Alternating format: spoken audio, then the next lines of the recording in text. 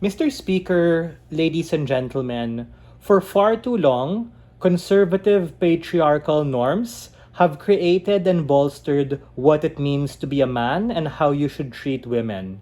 You have to be rich, successful, have a six pack, be 6 feet at least. And this has largely perpetuated a more harmful and prevalent stereotype, the Andrew Tate top G stud, through the celebration of the manosphere.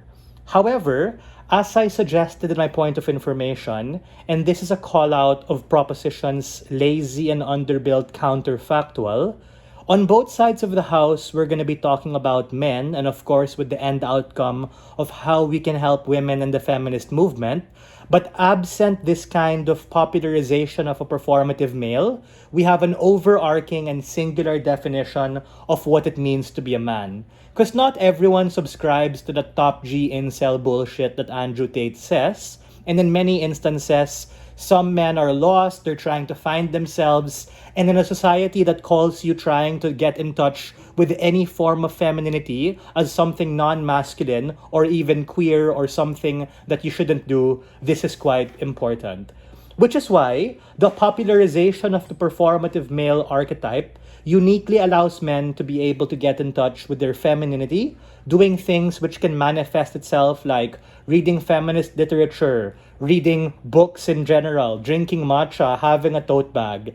And in as much as, yeah, sure, that might be a bit like annoying for some people, it literally expands the definition of what it means to be a man. Because the nuance to a performative male is very linked to what the signal is. That is to say, what is respectable or acceptable by society, and they're ultimately incentivized by some sort of social signaling and validation, just like all kinds of people, especially those adolescents who are in the process of finding out what they are and who they like. And this, yeah, sure, can give them a template of such, but I think it's glib and unfair for them to assume that all these people have zero personality or that they're completely going to be locked into those things. Because in as much as those people are still trying to figure themselves out, in some cases, or in majority of cases, some people might actually enjoy and like those kinds of literature.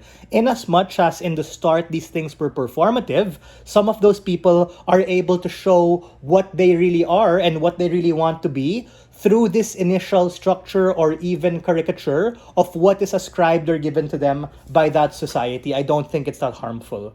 A few things on our side of the house, responses will be integrated. I'll take you later. Number one, let's talk about the popularization of this and why this is necessary. Because this came at a particular important time when the feminist movement was also growing into the multiple strands of intersectionality that it's championing.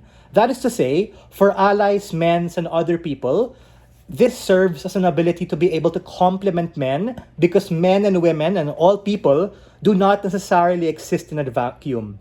This allows us to be able to champion the idea of intersectionality amidst what I mentioned in my pre-oration of loud and strong voices from patriarchs and conservatives ascribing you and telling you that you have to be this like hypersexualized individual or else you are not a top G, you are not an alpha. Absent popularization on government counterfactual, as I suggested my point of information, it's likely to reinforce and radicalize people to shift towards that traditional definition of what it means to be a man that can ultimately not just harm the man, but backfire and undermine the progress women and the feminist movement have made when they act in that regard. Sure, POI, go. Why can you prove the feasibility of these performative men actually sticking to the ideals of feminism when the going gets tough? I think because people are different, right? Like some people sure might be performative, some people might like it, some people might be doing it to like impress women. But these in and of itself aren't necessarily harmful because the popularization allows us to over time get more data and research and understand more how this evolves and what it looks like. It's not like automatically everyone literally doing this is disingenuous. And even if it is, or even if they do, these are the people we're able to call out because yeah, you're not just doing it to like be seen or for clout, you're actually doing this to like get in my pants or something. Which leads me to my second idea, right? The idea of the archetype. Uniquely, the archetype and the popularization of such allow us to not look at this as like a single monolith, but in a spectrum. On one hand, you have soft boy femboys who are actually empowered and validated to be comfortable in their own skin. Because far too long, bigots and other patriarchal norms were telling that these people, if you read a book, or heck, even if you read anything about feminism or drink matcha or use a tote bag, then you could be gay. You are not necessarily sticking to the definition of a man. On our side, the popularization allows these people to be comfortable in their own skin and ultimately be able to come out. I already took one. Secondly, let's say there are dudes who do this exclusively for clout, and this responds to the heart of the POI and proposition extension. Even if these people do it for clout and these things are done in a very performative way, there's still a net good in terms of these people being exposed to ideologies they otherwise didn't believe or they otherwise didn't know. This literally allows them to at least be more informed, and in as much as sure they might do this primarily because of validation, at least they're able to absorb some sort of nuance and information that they otherwise would not. Number 3, I think that in the most perverse ways in which people can do this to oppress, we literally, because of the popularization, are able to call those people out as bad faith actors.